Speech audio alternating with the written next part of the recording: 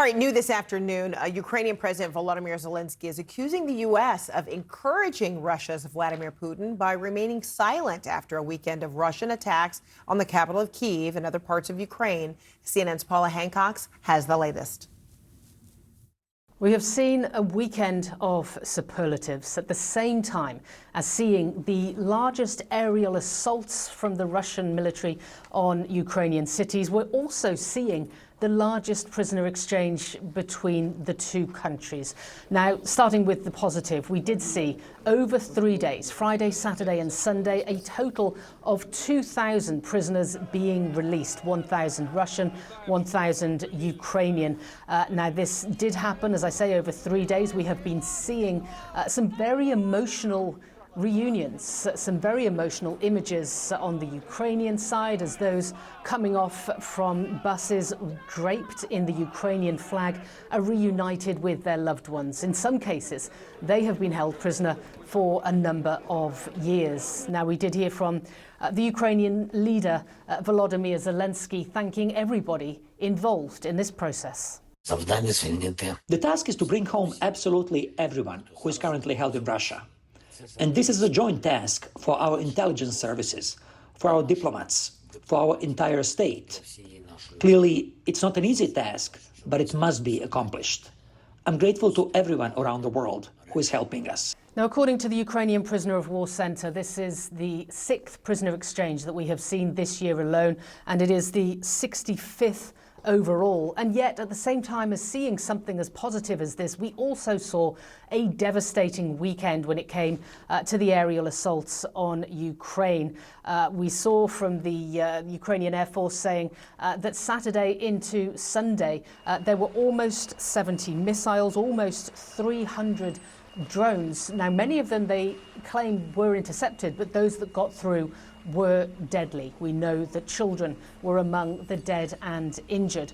Now, they say there were drones, there were cruise missiles, ballistic missiles fired from both ships and planes. According to the Ukrainian leader, rescuers were working in well over 30 cities and villages across the country. Now, there were some 13 different districts that were impacted, but certainly what we saw in the capital, in Kyiv, in the early hours of Sunday morning, was that the air raid sirens were blaring for hours. Residents were told to stay in shelters in the early hours of Sunday morning. And over the weekend, one parliament member speaking to CNN said it felt like Armageddon. So a very devastating and deadly weekend in a number of Ukrainian cities. Paula Hancock, CNN, Abu Dhabi. All right, joining us right now is Bill Taylor. He is the former U.S. ambassador to Ukraine and a distinguished fellow at the Atlantic Council. Good to see you, Ambassador.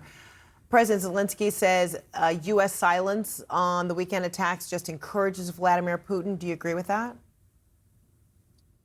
So, Frederica, the world, the international community, the Americans and the Europeans all have to condemn these kind of attacks. It's an indication that the Russians think they can get away with this. It's an indication that there's no intent on the part of the Russians to seek a peace deal. There's no willingness to negotiate. They continue, and that needs to be condemned, absolutely. So, in your view, is it just lip service that Vladimir Putin wants some sort of deal, peace deal, ending war, whichever way you want to put it? Is this just a charade?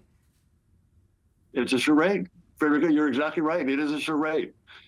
He is trying to indicate that he's willing to make some compromises. No compromises. Every time he's asked what he's after, it's essentially Ukrainian surrender. Ukrainians have been fighting for more than three and a quarter years. They're not for surrender. They will not surrender. So Putin continues to push his army. His army, Frederica, is not making progress. It's not making progress on the ground. The only thing his army, his armed forces can do is fire drones, as you were just reporting, as Paula was just saying, firing drones and missiles, many of which they get from North Korea and Iran. That's all they can do. They have no intent of stopping this attack.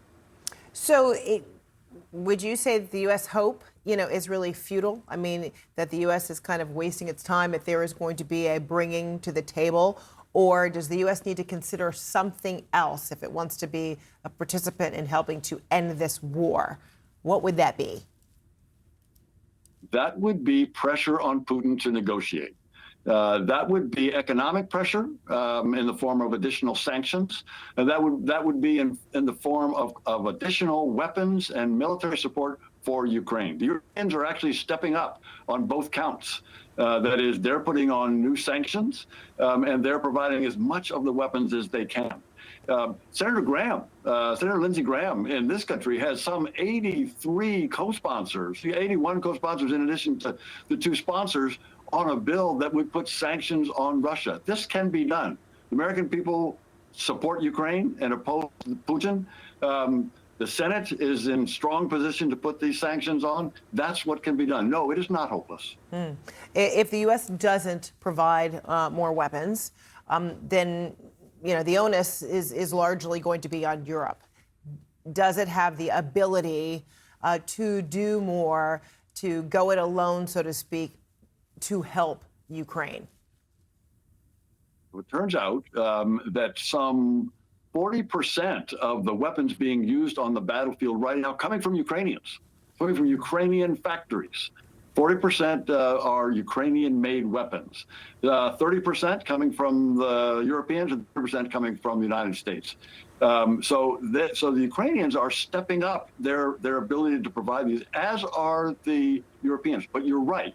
Europeans do not have the military-industrial complex, the defense-industrial base, in order to provide the kinds of equipment that the Americans have provided.